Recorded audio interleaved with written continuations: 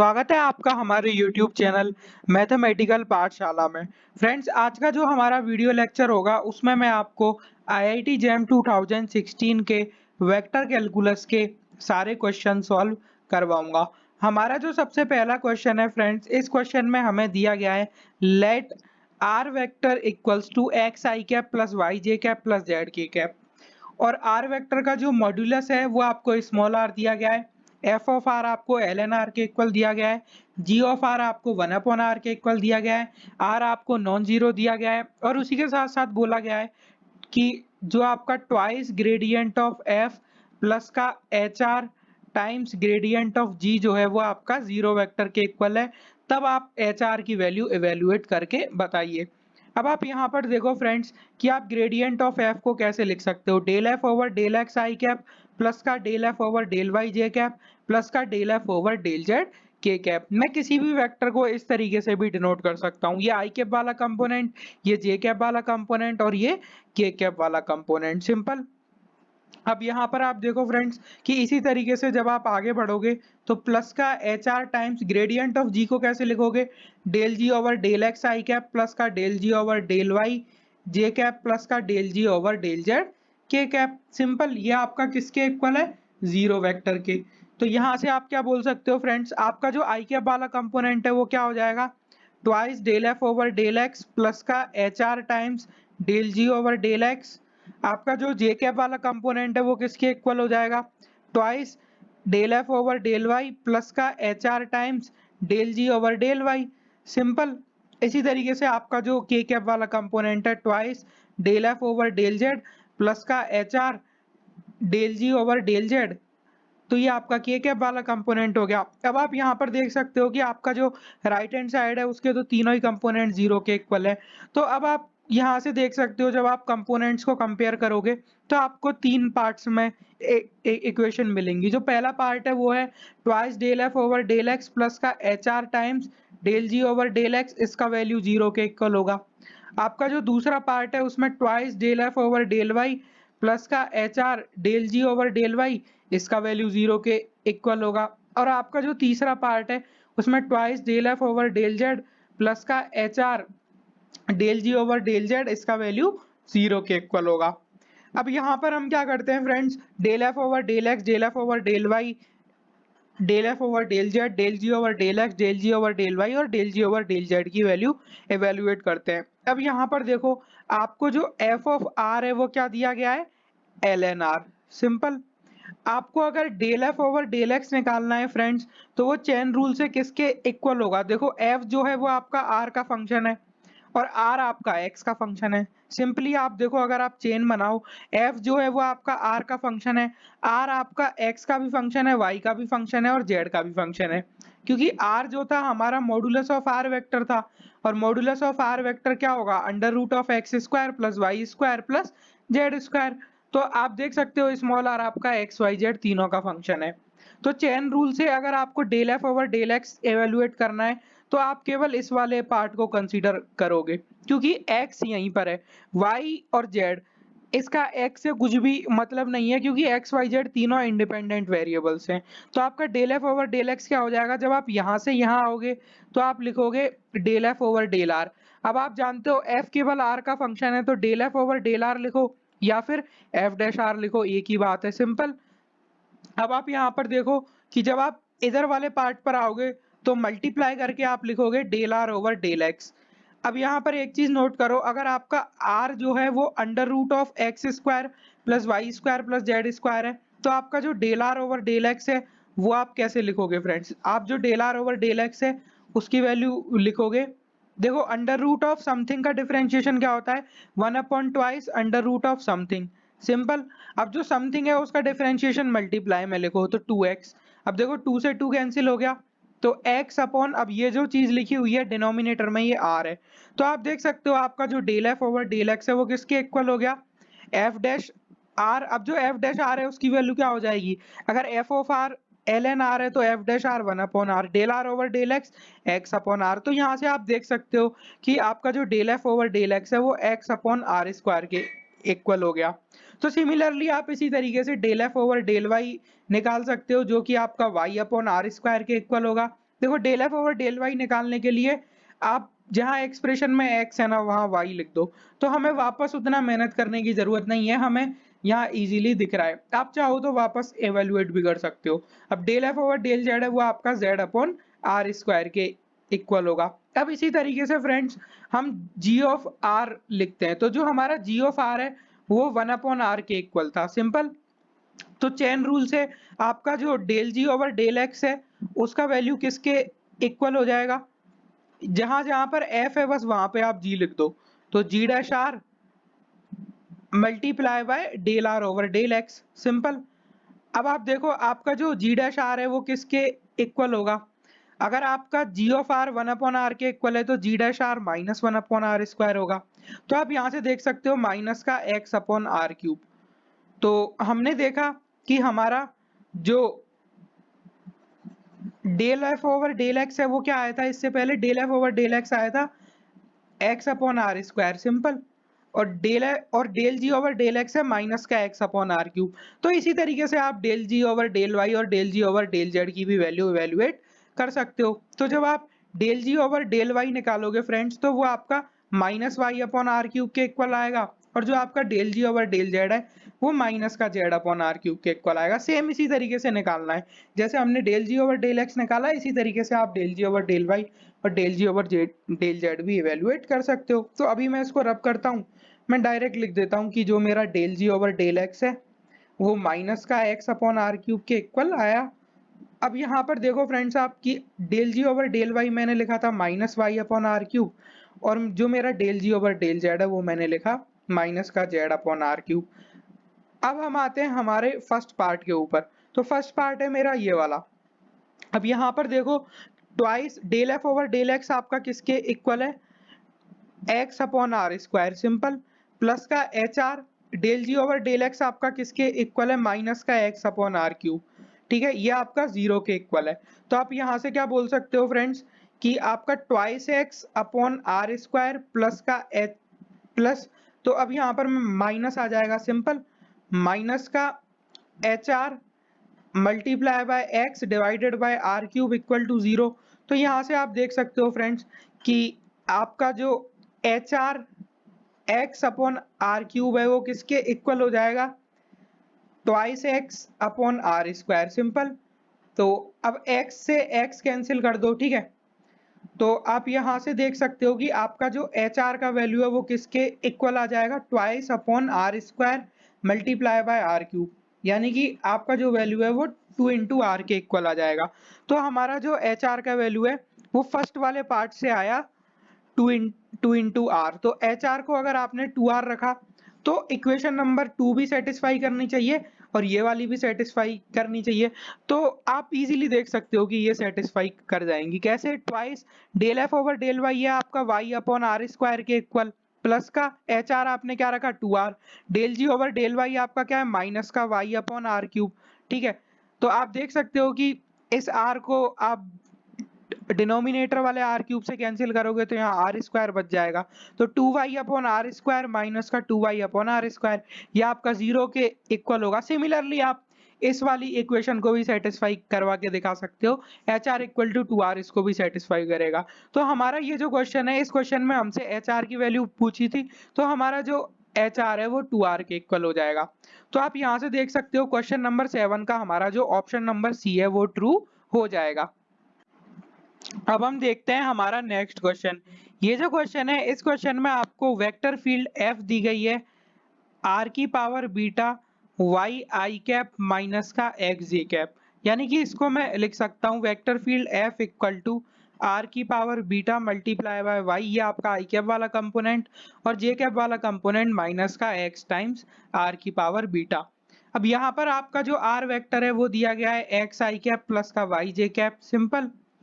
और यहाँ पर आप देख सकते हो कि आपको बोला गया है if the absolute value of the line integral F dot D R over the closed curve C, ये जो है इसका वैल्यू आपको 2 पाई दिया गया है। ठीक है, तो आपको किसका वैल्यू 2 पाई दिया गया है, line integral over the closed curve c f dot D r. ठीक है, इसका जो एब्सोल्यूट वैल्यू है यानी इस लाइन इंटीग्रल का मॉड्यूलस जो है वो आपको 2 पाई के इक्वल दिया गया है। और कर्व सी के बारे में क्या बोला गया है, ये आपका एक क्लोज्ड कर्व है, जो कि एक सर्कल है x square plus Y square equals to a square, और आपको बोला गया है सी जो है वो ओरिएंटेड है एंटी क्लॉकवाइज, यानी कि सी का ओरिएंटेशन हमें एंटी क्लॉकवाइज दिया गया है।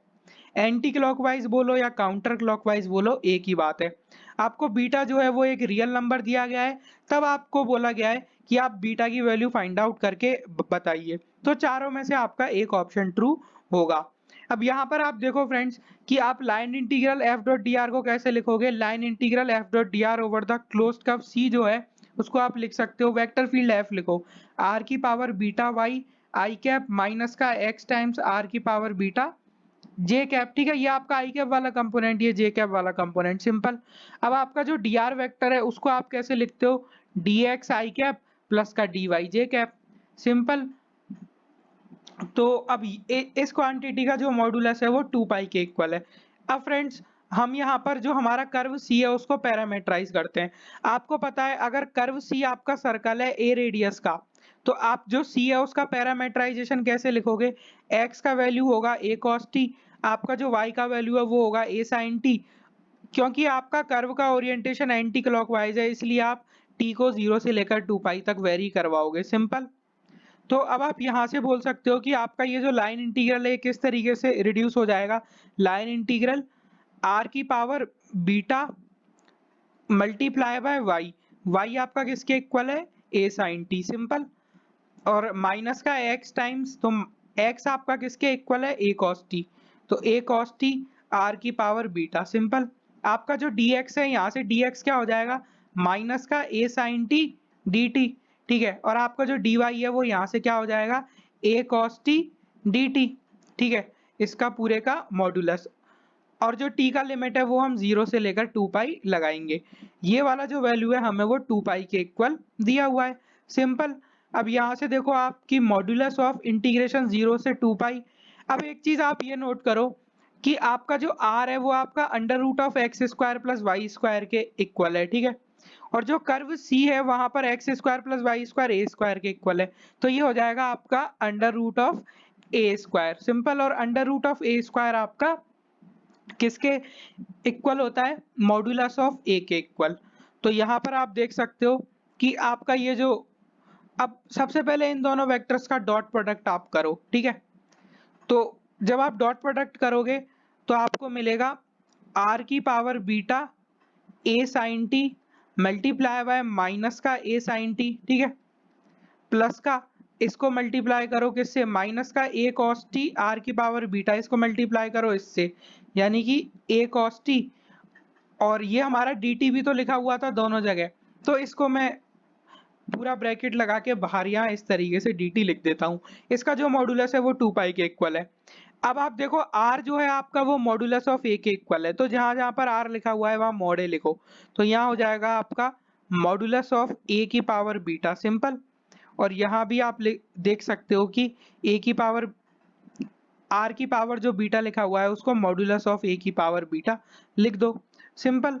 अब यहाँ से आप देख सकते हो कि ये जो इंटीग्रेशन है वो आपका कैसा हो जाएगा, मॉडुलस ऑफ इंटीग्रेशन 0 से 2 पाई मॉड a की power beta multiply bye a।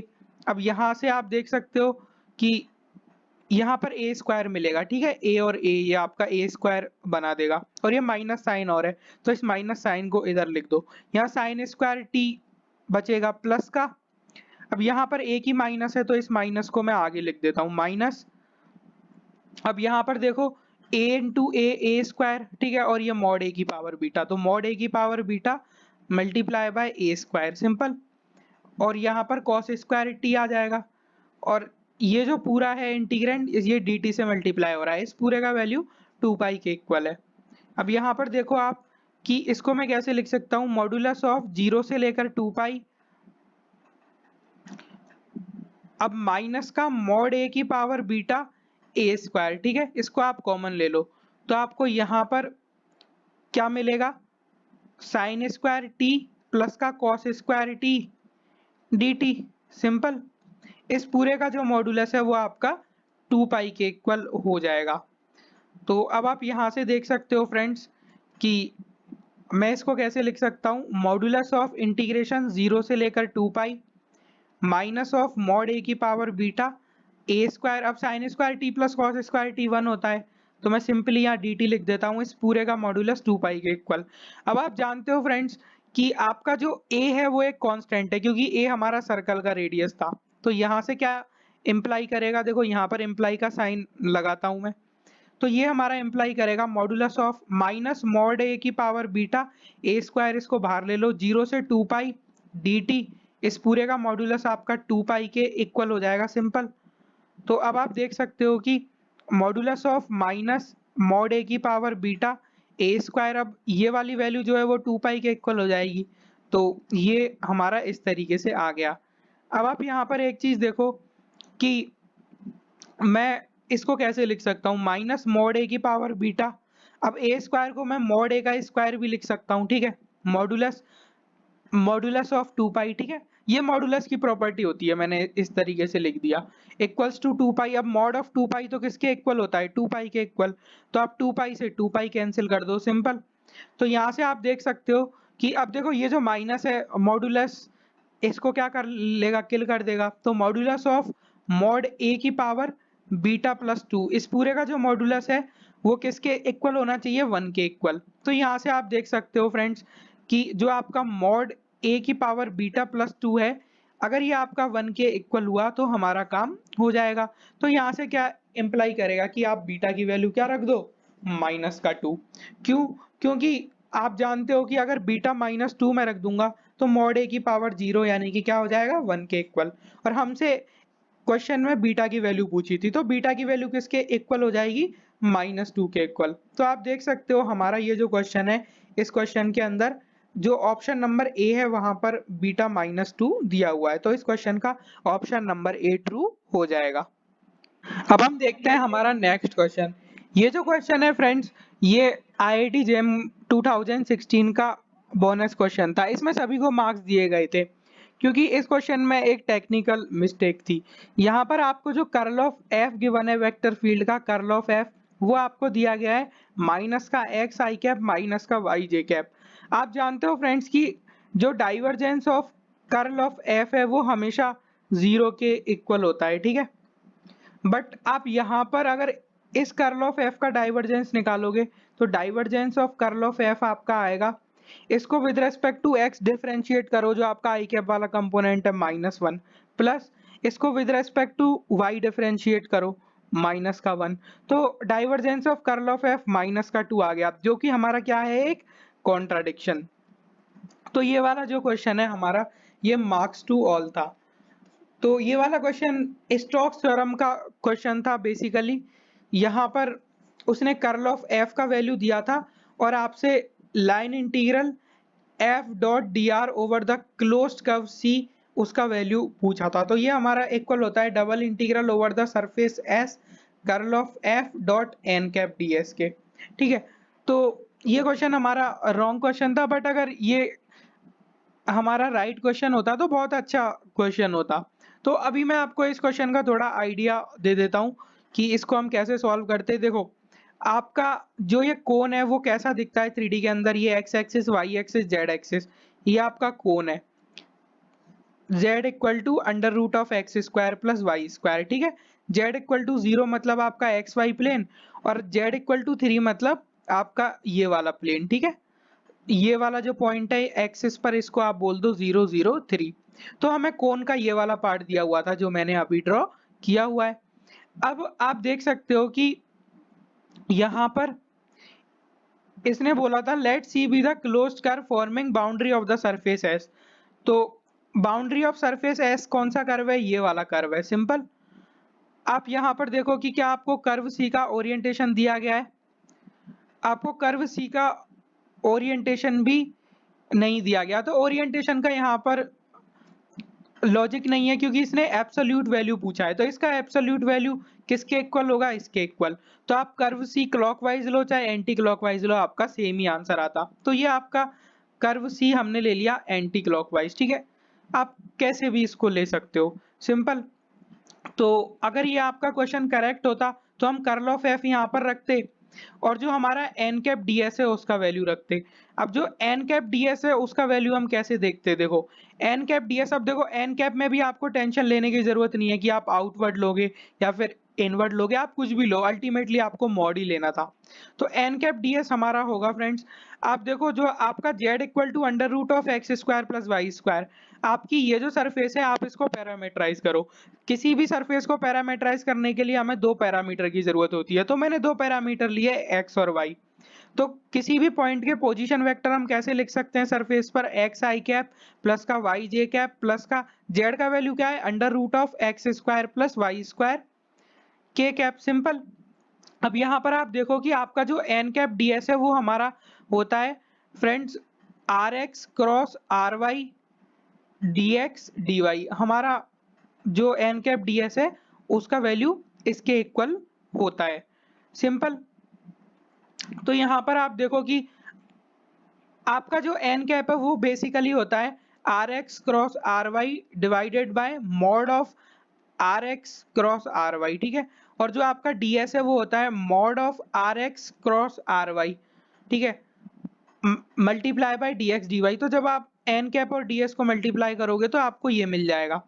अब आप पूछोगे कि आर एक्स और आर वाई क्या होते हैं, तो आपका जो आर एक्स है फ्रेंड्स वो del are over del x के इक्वल होता है, और आपका जो आर वाई है वो आपका del are over del y के इक्वल होता है, सिंपल। तो आप यहाँ पर एन कैप डीएस की वैल्यू निकाल सकते थे इजीली। अब यहाँ पर देखो आप कि आपका जो ये जो सरफेस है, ये जो सरफेस एस है, इसका अगर आप एक्स वाई प्लेन पर प्रोजेक्शन देखते तो वो क्या होता, आप ये वाला सर्कल देखो जेड इक्वल टू 3 प्लेन में, इसका इक्वेशन क्या है, under root of x square plus, यहाँ पर आप फ्रेंड्स देखो ये वाला जो डायग्राम है, आप इस डायग्राम में देखो ये वाला जो सर्कल है, इस सर्कल की इक्वेशन है under root of x square plus Y square equal to 3, यानी कि x square plus Y square equal to 9। तो हमारा जो एक्स वाई प्लेन में प्रोजेक्शन होता ना वो होता x square plus Y square equal to 9। तो इसको आप ऐसे देख सकते हो कि सॉरी जो हमारा प्रोजेक्शन है वो होता है x square plus Y square less than equal to 9, यानी कि ये वाली डिस्क। तो इस प्रोजेक्शन को आप ऐसे फील कर सकते हो कि आप इस प्रोजेक्शन पर कोई भी पॉइंट लो, उस पॉइंट के करस्पॉन्डिंग आपको सरफेस पर एक यूनिक पॉइंट मिलेगा। या फिर आप इसको ऐसे भी फील कर सकते हो कि जब आप ये जो कोन है इस पर ऊपर से लाइट डालते तो केवल डिस्क वाले पार्ट पर डार्कनेस आती, ठीक है। तो अब जो हमारा एन कैप डीएस है वो हम लिख देते r x cross r y D x d y करके, सिंपल। और जो एक्स और वाई है उनका हम लिमिट्स कैसे देखते, तो एक्स और वाई का लिमिट्स देखने के लिए हम इस वाले प्रोजेक्शन को यूज करते जो हमारा x square plus Y square less than equal to 9 वाला है। तो ये हमारा क्वेश्चन इनकम्प्लीट था, बट फिर भी मैंने आपको इस क्वेश्चन में आइडिया दिया कि आप इस क्वेश्चन को एग्जाम में कैसे अटेम्प्ट करते। अब फिर उसके बाद आप देख सकते हो जब भी आपका डिस्क टाइप का रीजन होता है तो हम इसको कहीं ना कहीं पोलर कोऑर्डिनेट्स में चेंज करते। तो पोलर कोऑर्डिनेट्स में हमारी लिमिट आ जाती है आर का वैल्यू 0 से 3, और जो थीटा का वैल्यू है वो 0 से लेकर 2 पाई, और जो हमारा डी एक्स डी वाई है उसको मैं क्या लिख देता, आर डी थीटा, ठीक है। और आप देख सकते हो कि हम x को r cos थीटा से रिप्लेस कर देते और y को r sin थीटा से रिप्लेस कर देते। अब r x cross r y ये तो सिंपल आपका क्रॉस प्रोडक्ट है, ठीक है, ये आप इजीली इवेल्युएट कर सकते हो। तो यहाँ से ये जो आपका आर एक्स वाई लिखा हुआ है यहाँ से आर एक्स इवेल्युएट करते, आर वाई दोनों का क्रॉस प्रोडक्ट करते, फिर x को r cos थीटा y को r sin थीटा रख देते, तो ये हमारा एन कैप डीएस आ जाता। और जो वेक्टर f है हमारा यहाँ डबल इंटीग्रेशन में कर्ल ऑफ एफ था, तो कर्ल ऑफ एफ हम रख देते, जो भी हमारा सही वाला होता एन कैप डीएस रख देते और डबल इंटीग्रल इवेल्युएट कर लेते। बट ये हमारा रॉन्ग क्वेश्चन था, इसलिए मैं इस क्वेश्चन पर ज्यादा टाइम इन्वेस्ट नहीं करूंगा। अब हम देखते हैं हमारा नेक्स्ट क्वेश्चन। ये जो क्वेश्चन है फ्रेंड्स, इस क्वेश्चन में आपको वेक्टर फील्ड एफ दी गई है एक्स आई कैप प्लस का वाई जे कैप, और ये वेक्टर फील्ड कहाँ पर डिफाइंड है, s as a subset of R2।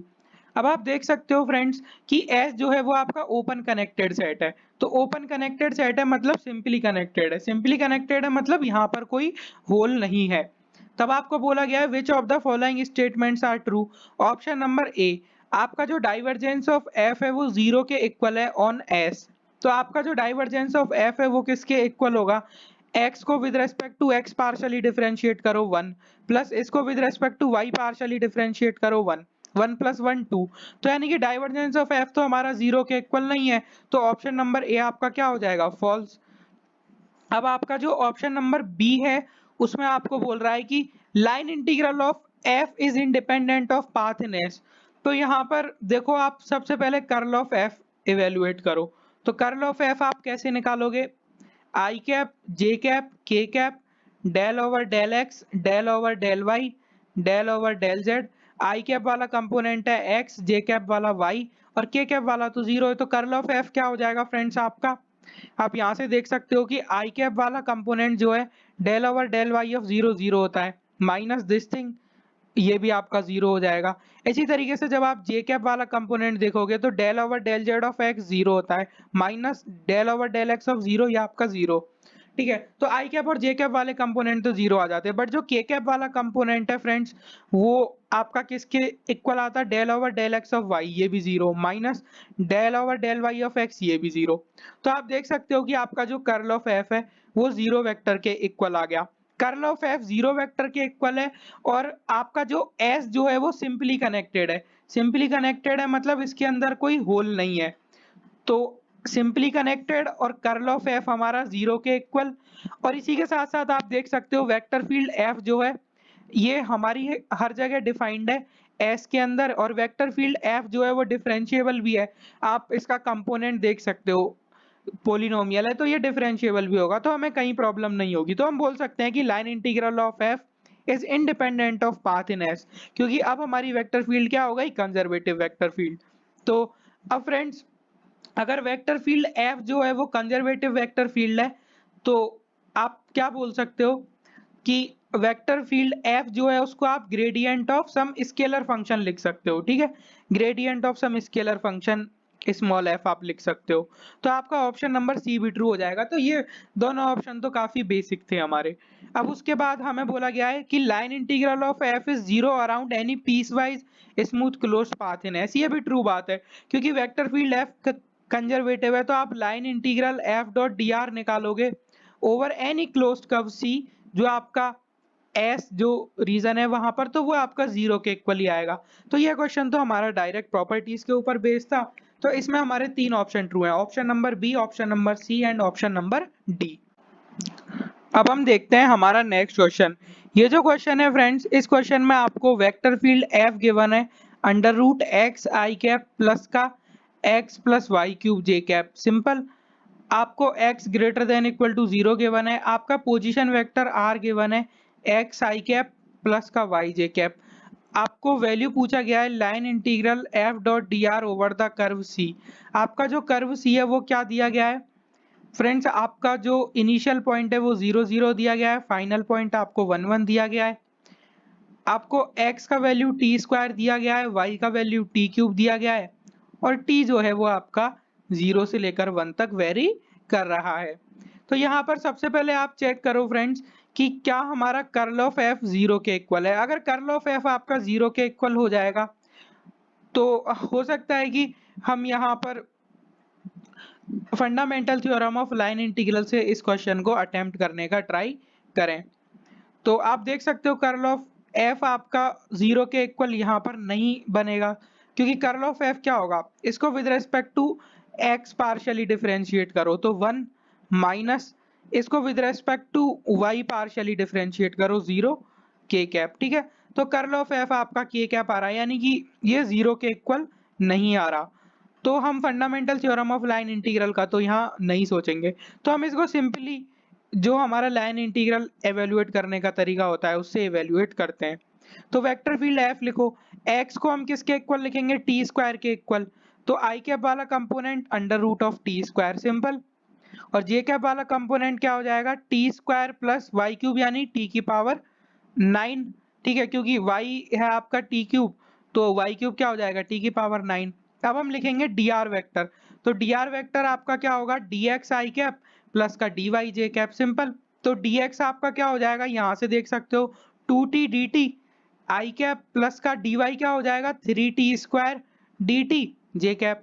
तो डी आर वेक्टर को मैं किस तरीके से लिख दूंगा फ्रेंड्स, जो आपका आई कैप वाला कंपोनेंट है वो 2t dt और जो आपका जे कैप वाला कंपोनेंट है वो 3t² dt और t का लिमिट हमें 0 से लेकर 1 दिया हुआ था। तो ये हमारा काफी इजी क्वेश्चन है फ्रेंड्स, आप यहाँ पर देख सकते हो, बस आपको वैल्यू इवेल्युएट करनी है। तो आप देख सकते हो t अगर आपका 0 से 1 है तो √t² आपका t के इक्वल हो जाएगा, क्योंकि √t² mod t होता है, और अगर t greater than equal to 0 है तो आपका जो mod t है वो t के इक्वल हो जाएगा। तो आप देख सकते हो कि ये तो हमारा t के इक्वल हो गया, और ये है आपका t² प्लस t की पावर 9 सिंपल। और यहाँ पर इसको मैं एज इट इज रहने देता हूँ 2t dt और 3t² dt, और t का लिमिट है 0 से 1। तो बस अब तो आपका सिंपल कैलकुलेशन बचा हुआ है इस क्वेश्चन में। तो इंटीग्रेशन 0 से लेकर 1, अब इन दोनों वेक्टर्स का डॉट प्रोडक्ट करो तो 2t² dt प्लस का आप देख सकते हो 3t की पावर 4 प्लस का 3t की पावर 11 dt सिंपल। तो ये हो जाएगा आपका इंटीग्रेशन 0 से लेकर 1 2t² प्लस का 3t की पावर 4 प्लस का 3t की पावर 11 dt। और जब आप इसको इंटीग्रेट करोगे फ्रेंड्स तो आपको क्या मिलेगा, 2t³/3 प्लस का 3t की पावर 5/5 प्लस का 3t की पावर 12/12, ठीक है। तो और जब आप इसका लिमिट 0 से लेकर 1 रखोगे तो आपको क्या मिलेगा फ्रेंड्स, यहाँ पर 2/3 प्लस 3/5 प्लस 3/12 माइनस का 0। तो अब आप यहाँ पर देख सकते हो फ्रेंड्स कि आप इसकी वैल्यू इजीली इवेल्युएट कर सकते हो। एग्जाम में फ्रेंड्स हमारे पास कैलकुलेटर भी होता है, तो आप कैलकुलेटर से भी इवेल्युएट कर सकते हो। यहाँ पर जब आप एलसीएम लोगे तो 60 एलसीएम लो तो यहाँ पर आएगा 40 प्लस यहाँ पर आएगा फ्रेंड्स आपका 36 प्लस यहाँ पर आएगा 15। तो आप देख सकते हो कि इसको मैं लिख सकता हूँ 76 प्लस का 15 डिवाइडेड बाय 60, यानी कि इसको मैं लिख सकता हूँ फ्रेंड्स 91/60। तो आपका ये जो वैल्यू है फ्रेंड्स वो अगर आप एवेल्युएट करोगे 60 डिवाइडेड बाय 91 तो 61 जा 60। एग्जाम में आपके पास कैलकुलेटर होता है, आप कैलकुलेटर से एवेल्युएट कर सकते हो। तो आपका जो वैल्यू है वो 1.5 के अराउंड समथिंग आपको मिल जाएगा। तो ये जो क्वेश्चन है आपका इसका अप्रोक्सीमेटली आंसर हो जाएगा 1.5। तो ये न्यूमेरिकल आंसर टाइप में हमारा इजी क्वेश्चन था फ्रेंड्स, इसका आंसर है 1.5। अब हम देखते हैं हमारा नेक्स्ट क्वेश्चन। इस क्वेश्चन में आपको दिया गया है let S be the closed surface forming the boundary of the region V bounded by x² plus y² equals to 3 z equal to 0 z equal to 6। यानी कि ये जो तीनों सरफेसेस हैं ये हमारी बाउंड्री की सरफेस होनी चाहिए, ठीक है। तो हम सरफेस एस ड्रॉ करते हैं।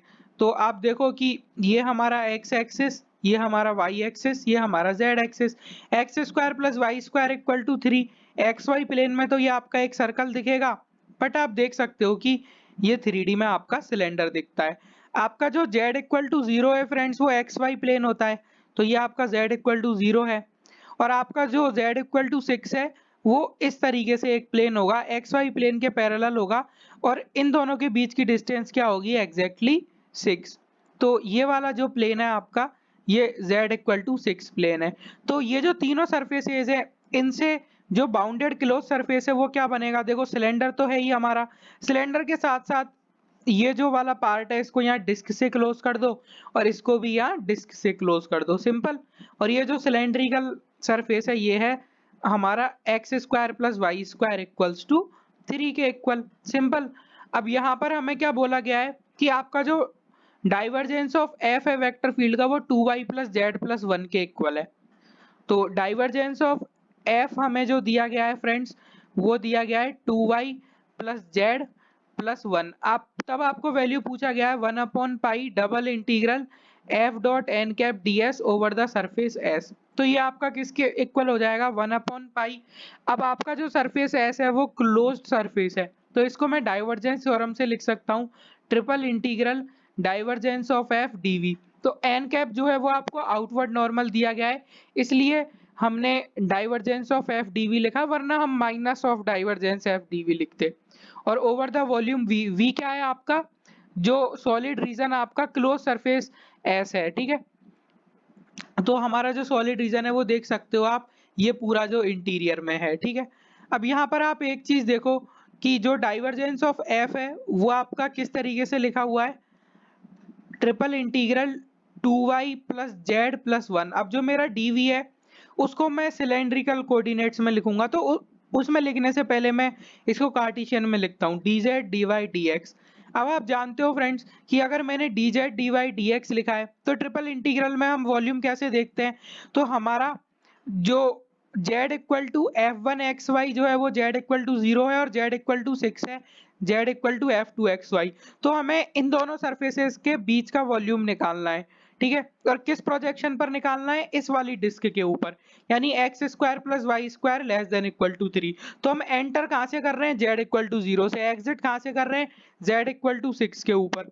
तो एंटर z इक्वल टू 0 से, एग्जिट z इक्वल टू 6 पर। और हमें किस प्रोजेक्शन के ऊपर निकालना है volume, x square plus Y square less than equal to 3। तो हमारा जो रीजन v है उसका वॉल्यूम आ जाएगा। तो आप देख सकते हो कि आपका ये वाला पूरा जो इंटीरियर है ये कवर हो जाएगा जो हमारा वॉल्यूम v का है। तो अब इसको आप किस तरीके से देख सकते हो, 1/पाई double integral X square plus Y square less than equal to 3। और अब जो इनर इंटीग्रल है इसको मैं इवेल्युएट कर लेता हूँ। तो 2y का इंटीग्रेशन क्या हो जाएगा, 2yz प्लस z का इंटीग्रेशन क्या हो जाएगा, z स्क्वायर बाई 2 प्लस 1 का इंटीग्रेशन क्या हो जाएगा, z। इंटीग्रेशन करना है आपको 0 से लेकर 6 और बाहर मेरा है dy dx के इक्वल, सिंपल। तो ये मेरा हो जाएगा 1/पाई double integral X square plus Y square less than equal to 3।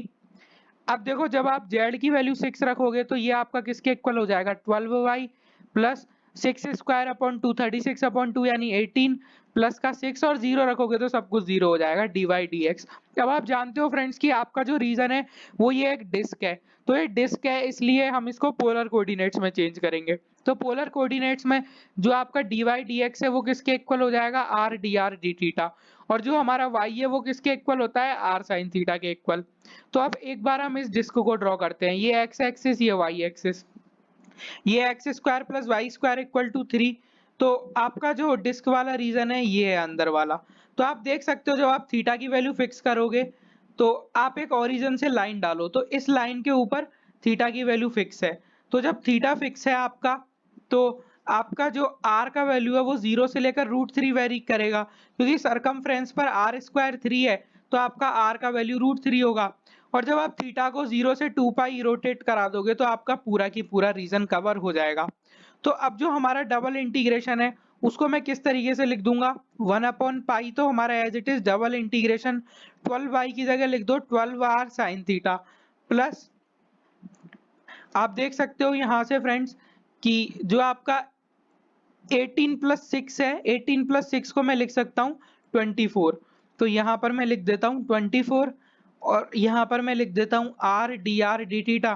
Theta का लिमिट 0 से लेकर 2 पाई और r का लिमिट 0 से लेकर √3, सिंपल।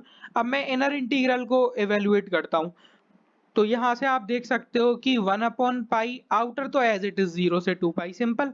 अब इनर इंटीग्रल को एवेल्युएट करोगे तो 12r sin थीटा का, अब देखो r जो है इसको अंदर मल्टीप्लाई कर दो तो 12r square sin theta plus 24r। अब इस r को यहाँ से हटा दो तो ये हो जाएगा आपका, इसका इंटीग्रेशन r के रेस्पेक्ट में क्या होगा, 12r³/3 sin theta plus 24r का इंटीग्रेशन होगा 24r²/2। लिमिट आप लगा दो 0 से लेकर √3 और यहाँ पर लिख दो d थीटा। अब आप यहाँ पर देखो फ्रेंड्स कि ये आपकी वैल्यू हो जाएगी 1/पाई इंटीग्रेशन 0 से लेकर 2 पाई 12/3 यानी 4r³ मतलब √3 का क्यूब sin थीटा प्लस का 12 r² मतलब 3 और यहाँ पर लिख दो आप d थीटा, सिंपल। अब आप यहाँ पर देख सकते हो फ्रेंड्स कि जब आप sin थीटा, अब जब इस वाली टर्म को इंटीग्रेट करोगे 0 से 2 पाई तो ये जो sin थीटा है इसकी वजह से इस वाली टर्म का इंटीग्रेशन क्या हो जाएगा, 0, क्योंकि sin थीटा 0 से लेकर 2 पाई में इंटीग्रेशन अपना 0 देता है और ये तो कांस्टेंट था। तो हमारा अल्टीमेटली क्या बच जाएगा, 1/पाई इंटीग्रेशन 0 से लेकर 2 पाई 36 d थीटा। अब आप यहाँ से देख सकते हो कि आपका ये किसके इक्वल हो जाएगा, 1/पाई 36 इंटू 2 पाई, यानी कि ये आपका इक्वल हो जाएगा 72 पाई अपॉन पाई। पाई से आप पाई कैंसिल कर दो तो आपका जो आंसर है वो आ जाएगा 72। तो आपका ये जो क्वेश्चन है फ्रेंड्स, इस क्वेश्चन का आंसर हो जाएगा 72 के इक्वल। अब हम देखते हैं हमारा नेक्स्ट क्वेश्चन। ये जो क्वेश्चन है फ्रेंड्स, इस क्वेश्चन में आपको बोला गया है let C be the boundary of the region enclosed by y equal to x square, y equal to x plus two and y equal to 0। तब आपको वैल्यू पूछी गई है line integral over the close curve C, और ये आपको integrand दिया गया है x Y minus Y square d x minus का एक्स क्यूब डी वाई। आपको इसकी वैल्यू एवेल्युएट करनी है, और C का जो ओरिएंटेशन है वो काउंटर क्लॉकवाइज दिया गया है। तो सबसे पहले हम कर्व C को ड्रॉ करते हैं। ये हमारी एक्स एक्सिस, ये हमारी वाई एक्सिस। आप देखो ये जो है ये आपका हो जाएगा y equal to x square simple, और y equal to x plus two जो है फ्रेंड्स, उसको मैं कैसे लिख सकता हूँ y minus x equal to two, यानी कि y upon two plus x upon minus two equal to 1। तो आपका जो y इंटरसेप्ट है वो प्लस टू के इक्वल, x इंटरसेप्ट माइनस टू के इक्वल सिंपल। तो आपका जो लाइन है वो कैसा दिखेगा, आपका जो लाइन है वो इस तरीके से दिखेगा, ठीक है। अब ये जो माइनस टू है इसको मैं थोड़ा इधर ड्रॉ कर देता हूँ, तो माइनस टू को मैंने इधर ड्रॉ कर दिया।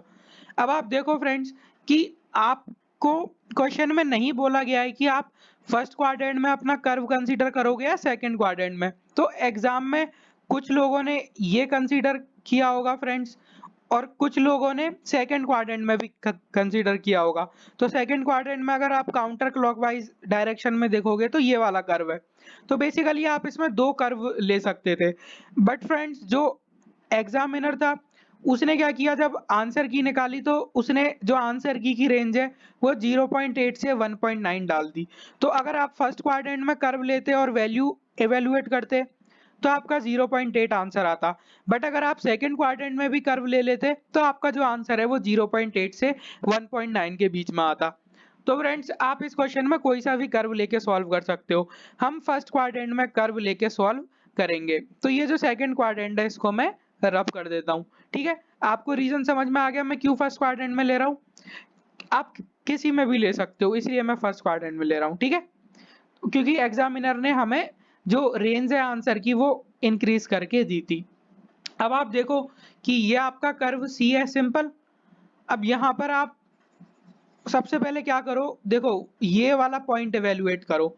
तो y equal to x square है और y equal to x plus two. तो एक्स स्क्वायर को जब x प्लस टू के इक्वल रखोगे तो क्या मिलेगा, x square minus x minus two equal to 0। तो यानी कि आप देख सकते हो x square minus two x plus x minus two equal to 0, यानी कि x कॉमन लिया x minus two plus one common लिया x minus two equal to 0, यानी कि x minus two multiply by x plus one equal to 0। हम first quadrant में interested हैं इसलिए हम x equal to two value को देख रहे हैं। तो यहाँ पर x का वैल्यू 2 है तो y कितना होगा, एक्स स्क्वायर टू स्क्वायर यानी 4। तो ये वाला पॉइंट हो जाएगा आपका 2,4। तो हमारा कर्व C का ओरिएंटेशन क्या दिया हुआ है, एंटी क्लॉकवाइज, इसलिए हमने कर्व C को इस तरीके से ओरिएंट किया। अब हम वैल्यू निकालते हैं line integral over the close curve C x Y minus Y square d x, और आपको आगे दिया हुआ है माइनस का एक्स क्यूब डी वाई। तो कर्व सी हमारा क्लोज है तो मैं यहाँ पर ग्रीन्स थ्योरम लगा सकता हूँ, और कर्व सी का ओरिएंटेशन एंटी क्लॉकवाइज है इसलिए मैं यहाँ प्लस साइन के साथ लिखूंगा। तो यहाँ पर मैं लिख सकता हूँ del over del x of minus X cube minus का del over del Y of this thing X Y minus Y square D A, ठीक है। और ओवर द रीजन आर कौन सा है, जो आपका ये कर्व सी से बाउंडेड है, ठीक है, ये आपका रीजन आर है। तो अब मैं इसको लिख सकता हूँ डबल इंटीग्रेशन माइनस का एक्स क्यूब का डिफरेंशिएशन होगा minus three X square minus, अब X Y minus Y square, इसका वाई के रेस्पेक्ट में पार्शियल डिफरेंशिएशन क्या होगा, एक्स माइनस का टू वाई सिंपल। और यहाँ पर डी ए जो है उसको मैं डी वाई डी एक्स के इक्वल लिख देता हूँ सिंपल। अब यहाँ पर आप देखो फ्रेंड्स कि आप y और x का लिमिट कैसे फाइंड आउट करोगे। तो आप यहाँ पर देख सकते हो कि मैं अगर लाइन डाल रहा हूँ ऐसे y एक्सिस के पैरेलल सिंपल, तो मुझे आउटर इंटीग्रल क्या लिखना पड़ेगा, देखो मैं dy dx इस तरीके से लिखूंगा। यहाँ पर मेरा इंटीग्रेंड है डबल इंटीग्रेशन। अब आप देखो कि जैसे ही मैंने y एक्सिस के पैरेलल लाइन डाली x की वैल्यू फिक्स हो गई इस लाइन पर।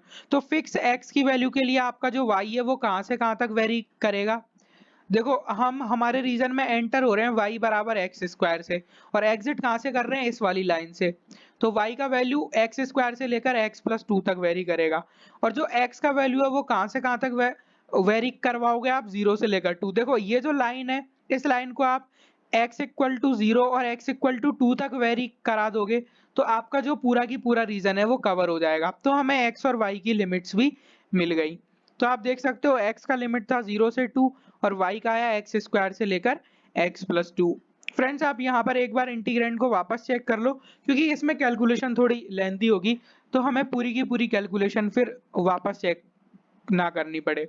तो इसका डिफरेंशिएशन माइनस 3x स्क्वायर, इसका डिफरेंशिएशन x माइनस का 2y, ठीक है। तो अब मैं यहाँ से लिख सकता हूँ इंटीग्रेशन 0 से 2 इंटीग्रेशन एक्स स्क्वायर से लेकर x प्लस 2 माइनस का 3x स्क्वायर माइनस का x प्लस का 2y dy dx, सिंपल। अब आप यहाँ से देखो कि जब आप इनर इंटीग्रल को एवेलुएट करोगे तो आपको क्या मिलेगा, आउटर इंटीग्रल तो एज इट इज, अब इनर इंटीग्रल करोगे तो माइनस 3x स्क्वायर का इंटीग्रेशन होगा माइनस का 3x स्क्वायर y, और माइनस का अब x का माइनस एक्स वाई प्लस का अब 2y का आप लिख दोगे वाई स्क्वायर, लिमिट्स लगा दो आप एक्स स्क्वायर से लेकर x प्लस 2, और यहाँ पर आप लिख दो dx, सिंपल। तो अब आप यहाँ पर देखो इंटीग्रेशन 0 से 2 माइनस का 3x स्क्वायर, अब एक बार आप x प्लस 2 रखो y की जगह तो माइनस का x, और यहाँ पर देख सकते हो आप x प्लस 2 प्लस का x प्लस 2 का होल स्क्वायर, सिंपल, माइनस अब y की जगह x स्क्वायर रखो माइनस का 3x square multiply by x square minus का x times x square minus का, सॉरी यहाँ प्लस आ जाएगा, अब y की जगह x स्क्वायर अगर आप रखोगे तो आपको क्या मिलेगा, x की पावर 4 dx, ठीक है। तो इसमें बस थोड़ा आपको कैलकुलेशन ध्यान से करनी है। सकते हो आपका वैल्यू हो जाएगा इंटीग्रेशन 0 से 2 माइनस का 3x क्यूब माइनस का 6x स्क्वायर माइनस का x स्क्वायर माइनस का 2x प्लस x प्लस 2 का होल स्क्वायर होता है x square plus 4x plus 4 minus का, अब यहाँ पर देखो आपको मिलेगा माइनस का 3x की पावर 4 माइनस का x क्यूब प्लस का x की पावर 4, सिंपल। अब यहाँ से आप क्या बोल सकते हो फ्रेंड्स कि इंटीग्रेशन 0 से लेकर 2, अब यहाँ पर देखो माइनस का 3x क्यूब है, ठीक है, प्लस का एक्स स्क्वायर माइनस का एक्स स्क्वायर ये कैंसिल हो गया, 4x माइनस 2x इसको प्लस का 2x लिख दो, माइनस का 6x स्क्वायर ये हम लिख देते हैं, प्लस का 4 हम ये लिख देते हैं। अब देखो माइनस माइनस प्लस हो जाएगा, प्लस का 3x की पावर, अब देखो यहाँ पर आप एक काम करो, ये माइनस 3x की पावर 4 प्लस x की पावर 4 इसको कैंसिल करके लिख दो माइनस 2x की पावर 4, ठीक है। तो यहाँ पर मैं लिख देता हूँ माइनस 2x की पावर 4, तो ये हो जाएगा फिर हमारा प्लस 2x की पावर 4 प्लस का x क्यूब dx, सिंपल। अब जो मेरा x क्यूब माइनस का 3x क्यूब है उसको मैं लिख सकता हूँ, इसको कैंसिल कर देता हूँ और इसको माइनस का 2x क्यूब लिख देता हूँ। तो इस क्वेश्चन में थोड़ा फ्रेंड्स आपको कैलकुलेशन ध्यान से करना है।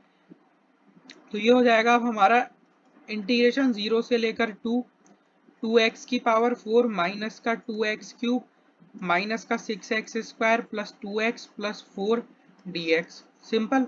तो आपको इंटीग्रेशन का वैल्यू क्या मिलेगा, 2/5 x की पावर 5 माइनस इसका जो इंटीग्रेशन है वो हो जाएगा आपका 2x की पावर 4 डिवाइडेड बाय 4 माइनस का इसका इंटीग्रेशन हो जाएगा 6x क्यूब बाई 3 प्लस इसका इंटीग्रेशन x स्क्वायर इसका 4x, आपको लिमिट रखनी है 0 से लेकर, यहाँ से आप देख सकते हो फ्रेंड्स आपका वैल्यू हो जाएगा 2/5 2 की पावर 5 माइनस 2 इंटू 2 की power 4 upon 4 minus 6 into 2 cube upon 3 plus 2 square plus का 4 इंटू 2 माइनस 0, क्योंकि जब हम लिमिट 0 रखेंगे तो 0 आ ही जाएगा।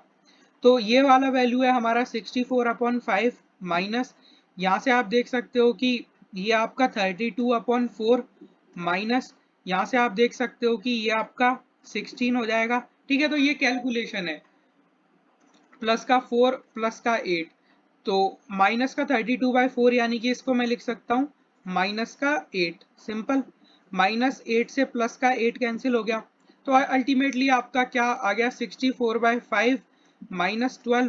तो आप देख सकते हो कि इसको मैं लिख सकता हूँ 64/5 का मतलब होता है 12.8 -12। तो आपका आंसर आ गया 0.8। तो हमारा ये जो क्वेश्चन है ये न्यूमेरिकल आंसर टाइप था जिसका आंसर हो जाएगा 0.8। अब हमने कर्व जो है वो फर्स्ट क्वाड्रेंट में लिया था इसलिए आंसर 0.8 आ रहा है।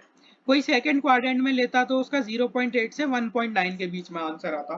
तो दोनों ही आंसर हमारे ट्रू होते।